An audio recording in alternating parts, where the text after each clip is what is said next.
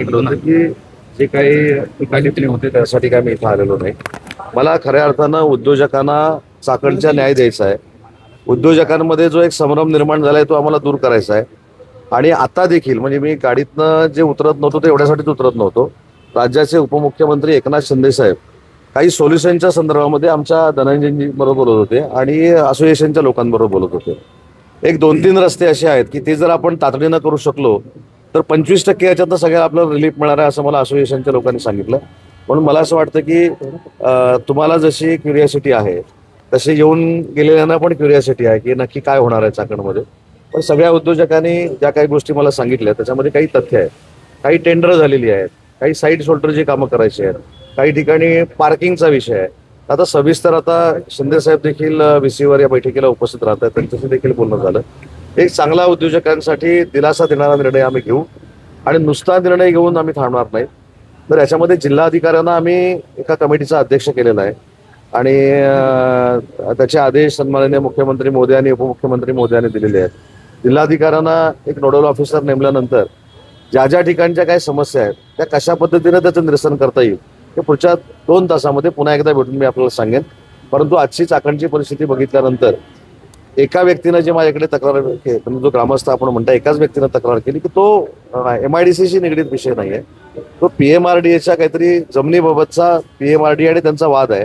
मी त्यांना 6 वाजता इथं बोलवलेलं आहे. त्यांना देखील आपण सकारात्मक न्याय मिळवून देऊ. पण ज्या पद्धतीने पाहणी केली 2च ठिकाणी अशा अर्ध्या तासात संपूर्ण MIDC पाणी झाले असं एक मिनिट, मी संपूर्ण MIDCची पाहणी केली असं कुठेही म्हटलेलं नाही. ज्या असोसिएशनच्या लोकांनी मला बोलवलं होतं त्या असोसिएशनच्या लोकांनी ज्या स्पॉटवरती मला घेऊन गेले तिथं मी गेलेलो आहे. असोसिएशनच्या लोकांना जिथं मला न्यायचं होतं तिथं त्यांनी मला नेऊन आणलेलं आहे आणि त्यांनी मला वस्तुस्थिती सांगितलेली आहे. आणि त्यांनी अर्ध्या तासात न्यायचं होतं की 15 मिनिटात न्यायचं होतं की 2 तासात न्यायचं होतं ते असोसिएशनने ठरवलेलं होतं.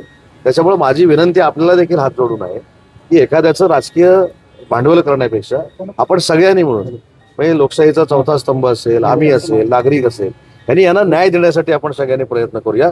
नंतर ज्या टीका टिप्पणी ज्या आहेत त्या आम्ही इलेक्शनमध्ये करतच असतो. साहेब, काल त्याच्यामुळे आम्ही बघतोय की यंत्रणा इतकी तत्पर झाली आहे. म्हणजे तुम्ही येणार म्हटल्यानंतर साईड पट्ट्या भरून घेतल्या जात आहेत, खड्डे मोजवले जात आहेत, तिकडे कचरा आहे तो पण हटवला जातोय. हे तर रोज येईल, शक्ती जर असेल आता रोज येईल म्हणजे लवकर चकाचक करते. तुम्ही खरं मला असं विचारलं पाहिजे तर तुम्ही रोजच येत राहा म्हणजे चाकण ताबडतोब चकाचक होईल. काल जे येऊन गेले त्यांच्यामुळे काय परिस्थिती झाली आणि मी फक्त येतो म्हणून सांगितल्यानंतर काय परिस्थिती झाली हे त्यांना तुमच्या मंत्री आल्यानंतर हे त्यांना त्यांच्या माध्यमातून कळवा. मी आज आता तुमच्या समोर इथं सांगत नाही. 2-4 अधिकाऱ्यांना जे काही सुनवायचे ते पण सोडवून जाणार आहे. भले मग काही ठिकाणी निग्लिजन्स जर झाला असेल तर कारवाई देखील करून जाणार आहे.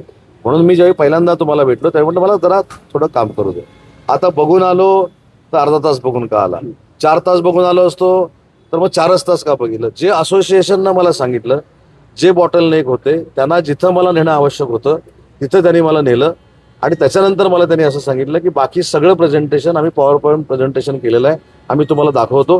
आणि त्यांचे वेगवेगळे प्रश्न आहेत. जलजीवनचा प्रश्न आहे, PMRDAचा प्रश्न आहे, म्युन्सिपल कॉर्पोरेशनचा प्रश्न आहे, MIDCचा प्रश्न आहे, महावितरणचा प्रश्न आहे. आता ह्या सगळ्या गोष्टी अंडरग्राऊंड केबल टाकलेली जी आहे ती पण त्यांनी मला दाखवली ना. आणि ते मला दाखवायला जात असताना की प्रातिनिधिक दाखवत होतं की आपल्याला काय करायला पाहिजे. आता त्याच्यावर डिसिजन घेणं महत्वाचं आहे. नुसती पाहणी केली मंत्र्यानं किंवा कुणी येऊन कामं होत नसतात. त्याला डिसिजन मेकर लागतो आणि तो डिसिजन घेऊन आपण जाणार. मागच्या वेळेला पण मागच्या वर्षी म्हणजे दिवंगत अजितदादा ज्या वेळेला आले होते त्यावेळेला पण विभागीय आयुक्तांच्या अंडर एक उच्च समिती नेमलेली होती, परंतु आता परत एकदा नेमलेली आहे. त्या उच्च समितीने काही कारण ह्याच्यामध्ये 4-5 मोठे भाग आहेत. मी ज्यावेळी उद्योजकांबरोबर बैठक घेतली होती आणि मी त्यांना 27 किलोमीटरची कमिटमेंट केली होती काँक्रिटीकरणाची. त्या 27 किलोमीटरला मी पैसे मंजूर करून दिलेले आहेत. त्यातले काही किलोमीटर रस्ते झाले देखील आहेत. आणि अजून आता मी एक निर्णय घेतला बोलता बोलता की आता उरलेले जे पैसे आहेत, आता मला किती निधी आहे त्या मीटिंगमध्ये कळेल, जी काय लेन 17-18 किलोमीटरची शिल्लक राहिली MIDC मधली ती जिथं असोसिएशनला पाहिजे किंवा जिथं लोकांना पाहिजे तिथं खर्च करण्याचा आम्ही निर्णय घेतोय. म्हणजे आवश्यक ठिकाणी ते जर आता सगळेच आवश्यक आहेत पण आता इमर्जन्सीनं कुठं जर करायचे असतील तिथं आपण तो मंजूर करण्याचा निर्णय घेतोय.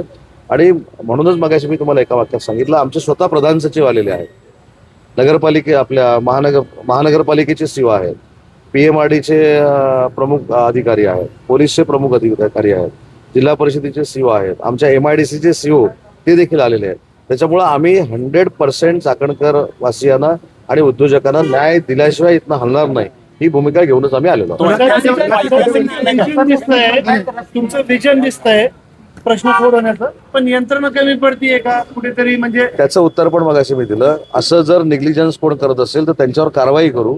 म्हणजे इथं कारवाई केल्यानंतर अख्ख्या महाराष्ट्रातले अधिकारी सुधारतील. तो ऐतिहासिक निर्णय काय आहे? पण आता जे खड्डे भरले तर मी तुम्हाला काय सांगितलं की अपेक्षित असलेला 100% निकाल देणं म्हणजेच ऐतिहासिक निर्णय आहे. आता म्हणून मी बघून आल्यानंतर तुम्ही मला सगळे प्रश्न विचारले, म्हणजे चर्चा पण नाही केली. महापालिकेची मागणी करतायत सगळे. ते महानगरपालिका नंतरचा विषय आहे. आता आपण चाकण MIDC, चाकण PMRDA, चाकण नगरपंचायत नगरपालिका जी काय असेल ती, सार्वजनिक बांधकाम विभाग, महावितरण आणि CO यांच्यावर चर्चा करू. स्थानिकांच्या प्रश्नाबाबत विचार होणार की नाही?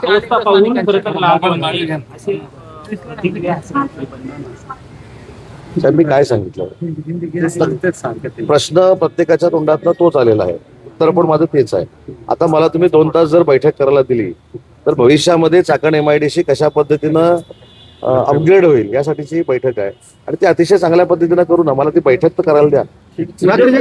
स्थानिकांना दिलासा मिळणार का? स्थानिकांचे सुद्धा म्हणणं आहे की आम्हाला याचा मोठा त्रास होतो, उद्योगधंद्यावर आमचा विचार करावा, कचऱ्याचा प्रश्न, पाण्याचा प्रश्न, या संदर्भात चर्चा होणार का? क्या आज आपने जो समस्या है यहाँ की जो एसोसिएशन है उन्होंने जहाँ जहाँ मुझको लेके